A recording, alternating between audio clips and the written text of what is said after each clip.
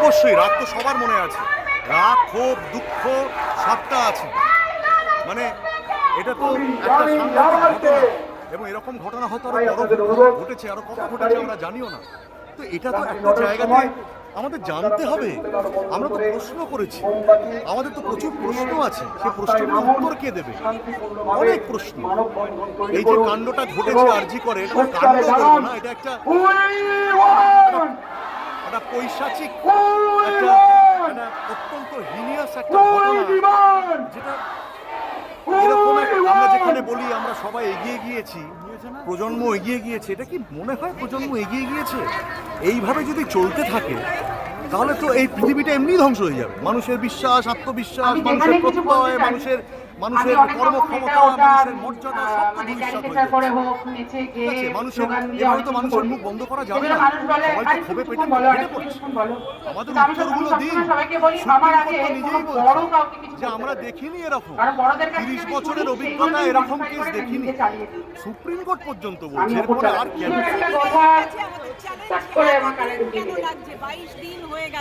যেই দেশে এক রাতে ডিমনিটাইজেশন হয়, সেখানে একটা বিচার পেতে 22 দিন টাইম লাগে। এবং 5 তারিখ সুপ্রিম কোর্টের রায় আছে, তার উপর আমরা অপেক্ষা করে আছি। যাই হোক, আমাদের তিলোত্তমার মঞ্চ থেকে এই মুহূর্তে আমাদের মধ্যে সব থেকে বয়সে বড় যিনি, যে একেবারে ডে 1 থেকে যিনি আমাদের মধ্যে মানুষ রাস্তায় নেমেছে, পৃথিবীর বহু জায়গায় আজকে মানুষ রাস্তায় নেমেছে, এবং একজনকে ধরে রেখে জনগণের সামনে ল্যাভেন্ডার্সের ফটো ঝুলিয়ে রাখলে জনগণ ভুলে থাকবে না, সেটা আশা করি বোঝা গেছে। কারণ আমি, আপনারা, আমার পাশের বাড়ির লোকটা সবাই জানে যে কে বা কারা অভিযুক্ত। আমরা যারা সারাক্ষণ পথে রয়েছি, এই লড়াইটা লড়ছি, প্রত্যেকে বুঝতে পারছি যে কে বা কারা অভিযুক্ত। আজ আমাকে আরো একটু জোরে বলতে বলা হলো, আমি চেষ্টা করছি আরো একটু জোরে বলা। একটাই দাবি, তাদের প্রত্যেককে ধরা হোক এবং আজকে আমরা এখানে যে মিছিল করে এলাম, যতক্ষণ না হবে আমরা লড়ে যাব। এইখানেই আমরা এটা শেষ করে দিচ্ছি না, কারণ আমরা নানাভাবে প্রশাসনের দৃষ্টি আকর্ষণ করার চেষ্টা করেছি, কিন্তু প্রশাসন আমাদের গুরুত্ব দিচ্ছে না। এখনো প্রশাসন এই মোহেই আছে যে তারাই সর্বে সর্বা, তারা যা মনে করবে সেটাই শেষ কথা, আমরাই শেষ কথা, এটা তাদের বোঝানোর সময় এসে গেছে। আমরা আজকে এখান থেকে নড়ব না ততক্ষণ, যতক্ষণ না প্রশাসনের থেকে কেউ এসে আমাদের কথা শোনে এবং আমাদের দাবিগুলো। আমরা তো প্রশাসন নই, আমরা সাধারণ নাগরিক, আমরা আমাদের ভোট দিই, সেই অধিকার নিয়ে আমরা রাস্তায় নেমেছি। আজকে সবাই দেখেছে, প্রত্যেকটা চ্যানেল যারা যারা আজকে টেলিকাস্ট করেছে সবাই দেখেছে যে কত হাজার হাজার মানুষ নেমেছে।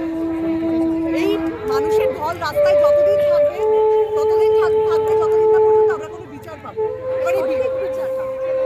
এবার এই বিচার ব্যাপারটা কি, সারাক্ষণ ধরে আমরা দেখছি যে আমাদের দায়িত্ব যারা রয়েছেন, আমাদের দায়িত্ব পালনের জন্য যাদেরকে আমরা ভোট দিয়ে নিয়ে এসেছি, যখন ভোটের সময় যখন আমরা প্রত্যেককে দেখি, যখন হাত জোর করে আমাদের বাড়িতে এসে তারা আমাদের বাড়ির সামনে এসে তারা যখন ভিক্ষা চায়, ভোট ভিক্ষা চায়, আমরা এটাও দেখি যে এই ভোটের জন্য কত কোটি কোটি টাকা সারা ভারতবর্ষে উড়ে বেড়ায়।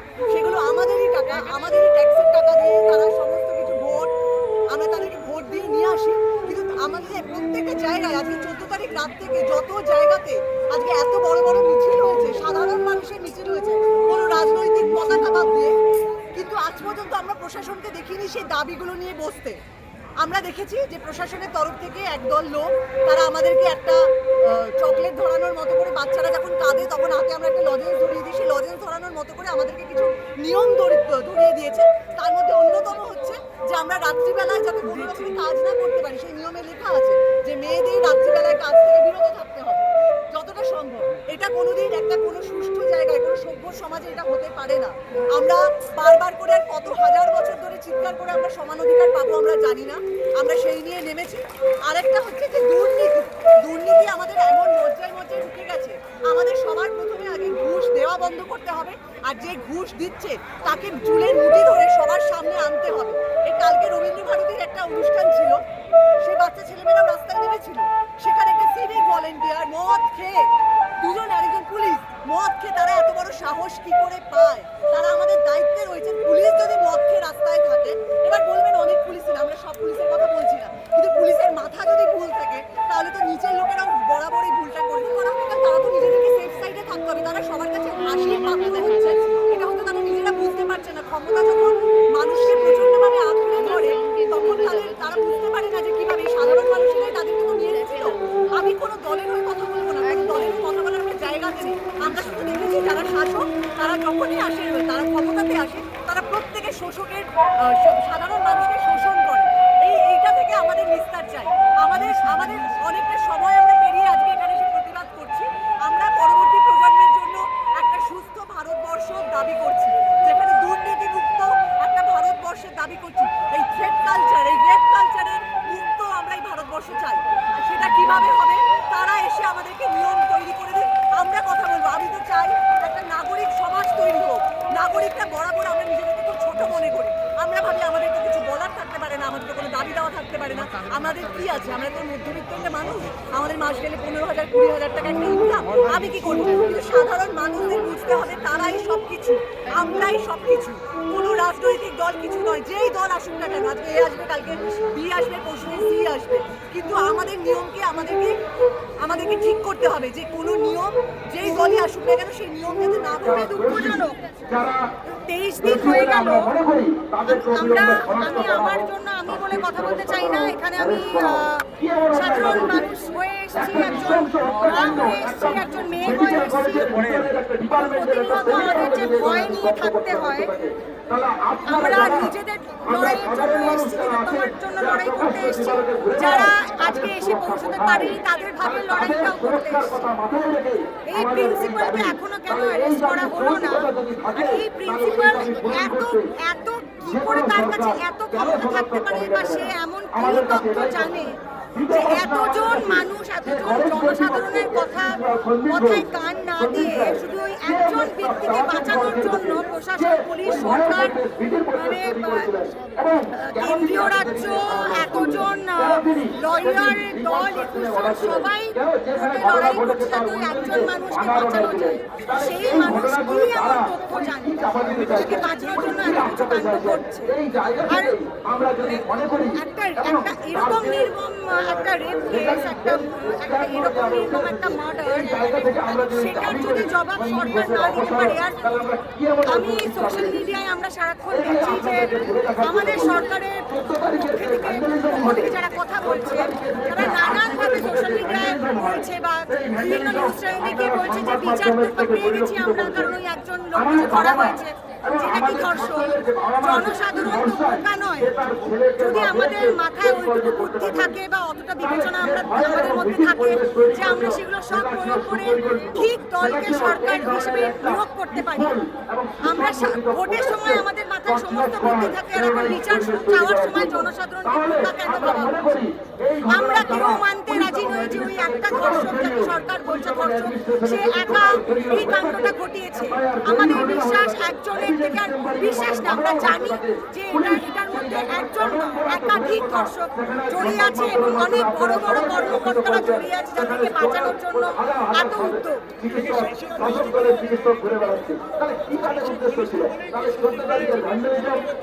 জনসাধারণ ঘনিষ্ঠ তো নয়, এইটুকু তো আমরা জানি যে আমাদের ঘনিষ্ঠ লোকেরা এদের মধ্যে নেই। যারা আছে, এবং এই বিচারটা একদিনের জন্য চাওয়া হচ্ছে না, আমাদের সকলের জন্য চাওয়া হচ্ছে। যারা আমরা বাবা মা, যারা আমরা মহিলা, আমাদের সকলের জন্য এটা চাওয়া।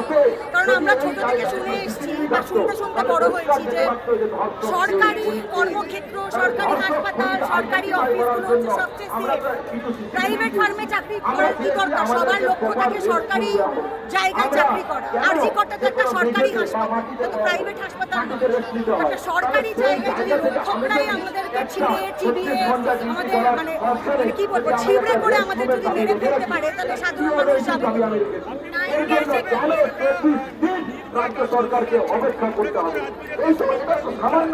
এটা আমি আমার রাত বিরেতে একটা শুটিং নিয়ে কথাই বলতে চাই না। অনেক অনেক অনেক মানুষ আছেন যারা রাত্রিরে নাইট ডিউটি করে, তাদের রাত্রির বেলা ফিরতে হয়। যে প্রিভিলেজটা আমি পাই সেটা তো আরো 5টা মেয়ে পায় না। আমি এখানে আমার নিজেকে নিয়ে কথা বলতে আসছি, বাকি 5জনকে নিয়ে কথা বলতে আসছি। এটা কখনো বলাই যায়, মানে এটা হচ্ছে মাঝে আমরা সোশ্যাল মিডিয়ায় দেখেছিলাম না যে আমাদের দেশের কোনো এক রাজ্যে সুইসাইড রেট বেড়ে গেছিল বলে লোকেরা ফ্যান খুলে ফেলছিল, কারণ ফ্যানে গলায় দড়ি দিয়ে বাচ্চারা সুইসাইড করছিল। এটা হচ্ছে সেরকম সুইসাইড আটকানোর জন্য আমি মানে আমার মনোযোগ আমি না করে ফ্যান খুলছি। সেখানে তাহলে রাত্রির বেলা আমি তো সেটাই প্রশ্ন করে সোশ্যাল মিডিয়াতেও লিখেছিলাম যে ডাক্তাররা রাত্রিরে, মহিলা ডাক্তাররা রাত্রিরে ডিউটি করবে না। আমি যদি হাসপাতালে ভর্তি হই, রাত্রির বেলা যদি আমাকে বাথরুম করতে উঠতে হয়, যার যে গর্ভবতী মারা ওখানে গিয়ে বাচ্চা হওয়ার পর সঙ্গে সঙ্গে তো স্যানিটারি ন্যাপকিন করতে হয়, তাহলে সেই স্যানিটারি ন্যাপকিনটা আমাদেরকে পুরুষ ডাক্তাররা এসে পড়াবে। শুধু তো ডাক্তার না, নার্স আছে, আয়া আছে, হেল্পার আছে। একটা হাসপাতালে কি শুধু মহিলা ডাক্তাররাই থাকে? তাহলে আমাদের বাথরুম করানো, আমাদের রিসিভ পটি স্নান করানো, কারণ একটা হাসপাতালে তো লোকের সবচেয়ে বেশি অসহায়। আমি মনোবল আমার 100% থাকলে আমার তো শরীর দেবে না, উঠে আমি লড়াই করি। এই কথাটার কি মানে? আর আমাদের রাজ্যের তো একটা মস্ত বড় কি বলবো প্রিভিলেজ যে আমাদের মুখ্যমন্ত্রী একজন মহিলা, একজন মহিলা হয়ে মাননীয় কেন আমাদের মানে মহিলাদের কথাটা উনি কেন বুঝতে চাইছেন? এই লড়াইটা তো মেয়ে হিসেবে আমরা লোক